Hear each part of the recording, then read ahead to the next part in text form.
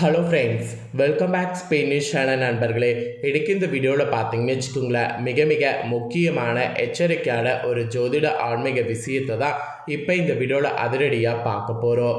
நாளை நாள் பார்த்தீங்கன்னு வச்சுக்கோங்களேன், மார்கழியுடைய 2ஆம் தேதி, அதே போல் ஆங்கில மாதம் டிசம்பருடைய 17ஆம் தேதி, அதே போல் கிழமை செவ்வாய்க்கிழமை.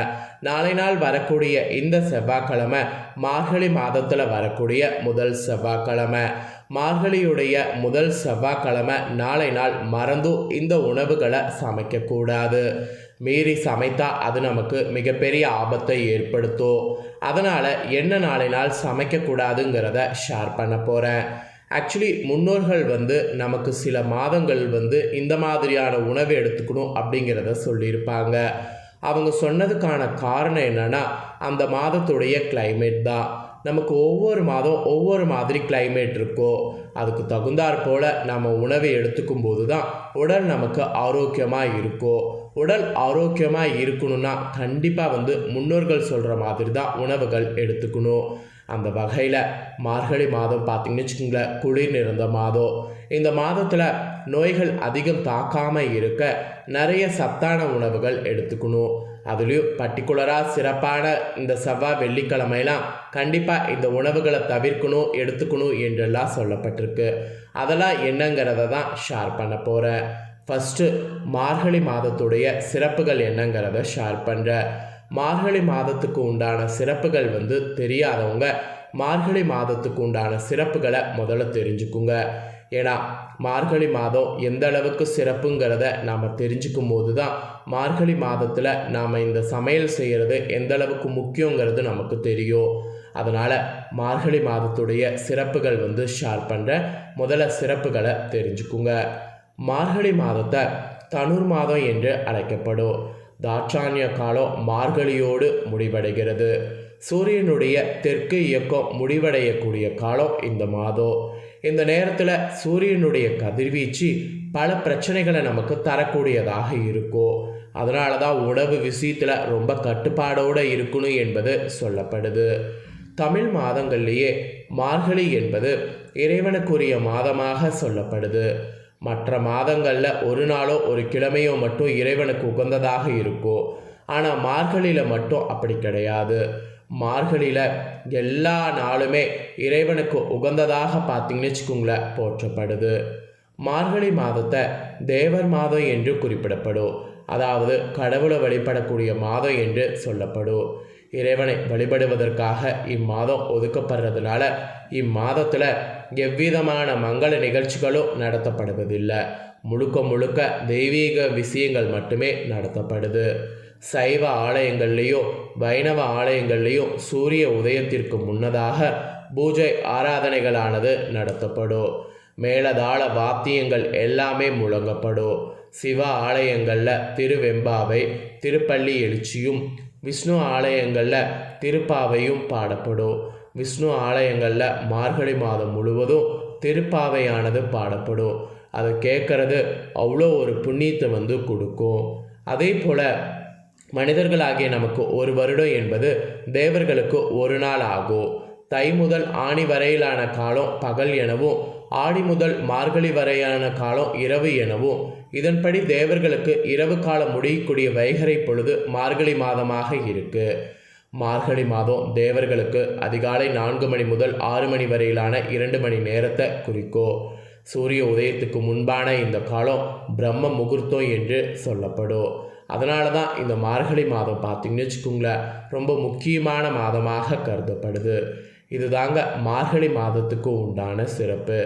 இப்பேற்பட்ட இந்த மார்கழி மாதத்துக்கு நாம் பார்த்திங்கன்னு வச்சுக்கோங்களேன் சில விஷயங்களை ஃபாலோ பண்ணும். அதில் நம்ம நாளை நாள் ஃபாலோ பண்ண வேண்டிய விஷயம் உணவு.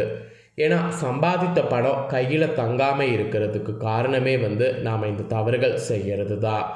அதற்கு காரணமான இந்த 5 தவறுகளை நாளை நாள் செய்யாமல் திருத்தி கொள்ளுங்க.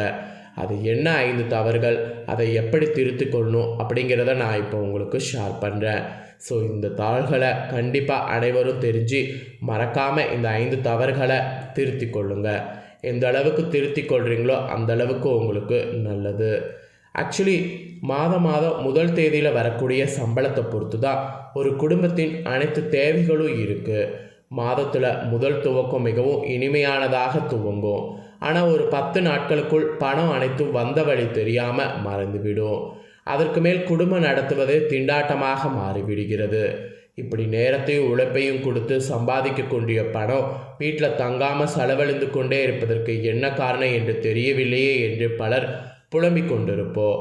என்னதான் அதிகம் சம்பாதித்தாலும் அதிகமாக உழைத்தாலும் சம்பாதிக்கக்கூடிய பணத்திற்கு ஏற்றவாறு செலவுகள் வந்து கொண்டே இருக்கும்.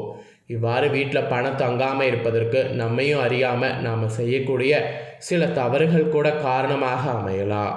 வாருங்க அவை என்ன என்பதை பற்றி இந்த வீடியோவில் பார்க்கலாம். ஸோ கண்டிப்பாக இந்த வீடியோவில் இருக்கக்கூடிய தாள்கள் உங்களுக்கு ரொம்ப யூஸ்ஃபுல்லாக இருக்கும். ஸோ பெண்கள் ஸ்கிப் பண்ணாமல் பாருங்கள். நம்ம சமூகத்தில் பலதரப்பட்ட மக்கள் வாழ்ந்து கொண்டிருக்கிறோம். அதில் இப்பொழுது 2 பிரிவினையாக பார்த்தால் பணம் உள்ளவர்கள் பணம் இல்லாதவர்கள் என்று சொல்லலாம். அவ்வாறு பணம் இருப்பவர்களிடம் அதிக அளவு பணம் சேர்ந்து கொண்டே இருக்கும். பணம் இல்லாதவிடம் வறுமை மட்டுமே அதிகமாகும். இதற்கு காரணம் என்னவென்றால் பணம் சேர்ந்து கொண்டே இருக்கக்கூடிய இடத்துல மகாலட்சுமி நித்திய வாசம் செய்து கொண்டிருக்கிறாங்க என்று தெரிந்து கொள்ளலாம். அவ்வாறு நமது வீட்லேயும் மகாலட்சுமி தலை கொண்டிருக்க நம்ம பல கோவில்களுக்கு சென்று வருவோம். வீட்டில் வாரம் தவறாமல் பூஜைகள் செய்து கொண்டிருப்போம். ஆனாலும் நமது வீட்டில் ஏன் இந்த நிலைமை இன்னும் மாறாமல் இருக்கிறது என்ற சந்தேகம் பலருக்கும் இருக்கும். இதற்கு காரணம் நம்ம அறியாமல் நமது வீட்டில் நாம் செய்யக்கூடிய சிறு சிறு தவறுகள் தான். அவ்வாறு நாளைய மார்கழியுடைய செவ்வாய்க்கிழமை பூஜை செய்யும் பொழுது வெண்ணெய் உருக்குவது போன்ற செயலை செய்தல் கூடாது. இவ்வாறு செய்வதுனா மகாலட்சுமி நமது வீட்டை விட்டு வெளியேறி விடுவாங்க. இது ஆன்மீக குறிப்புகளில் சொல்லப்பட்டிருக்கு. ஆனால் நாளை நாள் சாப்பிடக்கூடிய உணவில் பால், தயிர், மோர், வெண்ணெய் இவற்றை கலந்து சாப்பிடுவது என்பதை செய்யலாம். அதாவது வெண்ணெயை உருக்கிறது நாளை நாள் பண்ணக்கூடாது.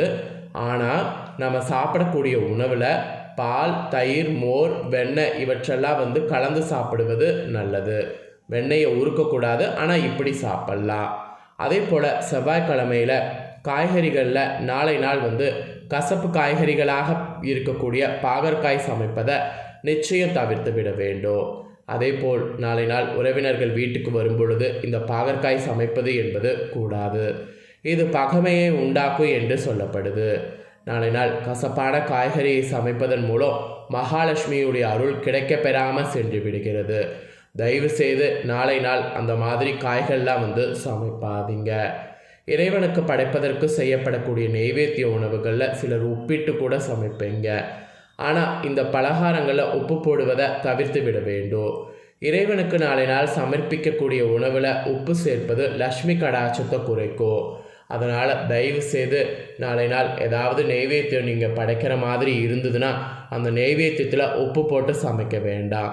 பாகற்காய் சமைக்கக்கூடாது, வெண்ணெயை உருக்கக்கூடாது, உப்பு போட்டு சமைக்கக்கூடாது. இது நாளை நாள் நீங்கள் கண்டிப்பாக ஃபாலோ பண்ணணும்.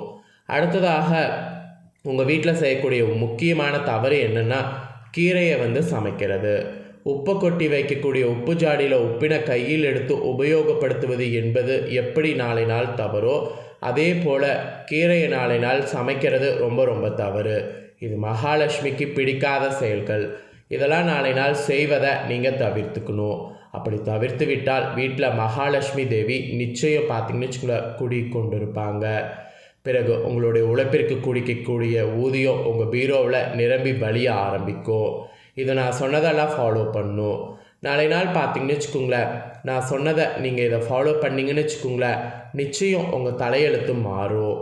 அதாவது இனி வரக்கூடிய நாட்கள் உங்கள் தலையெழுத்து மாறும். நம்பிக்கை இருக்கிறவங்க நம்பிக்கையோடு இதை ட்ரை பண்ணுங்கள்.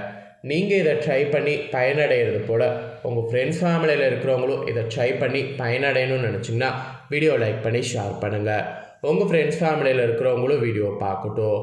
அவங்களும் வீட்டில் பணம் நிரந்தரமாக தங்குவதற்கு மார்கழியுடைய செவ்வாய்க்கிழமை எதெல்லாம் செய்யக்கூடாதுங்கிறத இந்த வீடியோவில் தெரிஞ்சு செய்யாமல் இருந்து பயன்பெறட்டும். மேலும் இதே போல் புதிய அப்டேட்டான நிறைய வீடியோ போடப்படும். அதை எல்லாத்தையுமே உடனுக்குடனே தெரிந்து கொள்ள மறக்காமல் நம்ம சேனலை சப்ஸ்கிரைப் பண்ணுங்கள். கூட பெல் பண்ண ப்ரெஸ் பண்ணுங்கள். அதை பண்ணிட்டீங்கன்னா நான் போடுற மற்ற அப்டேட்டான எல்லா வீடியோஸும் உடனுக்குடனே தெரிந்து கொள்ளலாம். ஸோ மறக்காமல் பண்ணுங்கள்.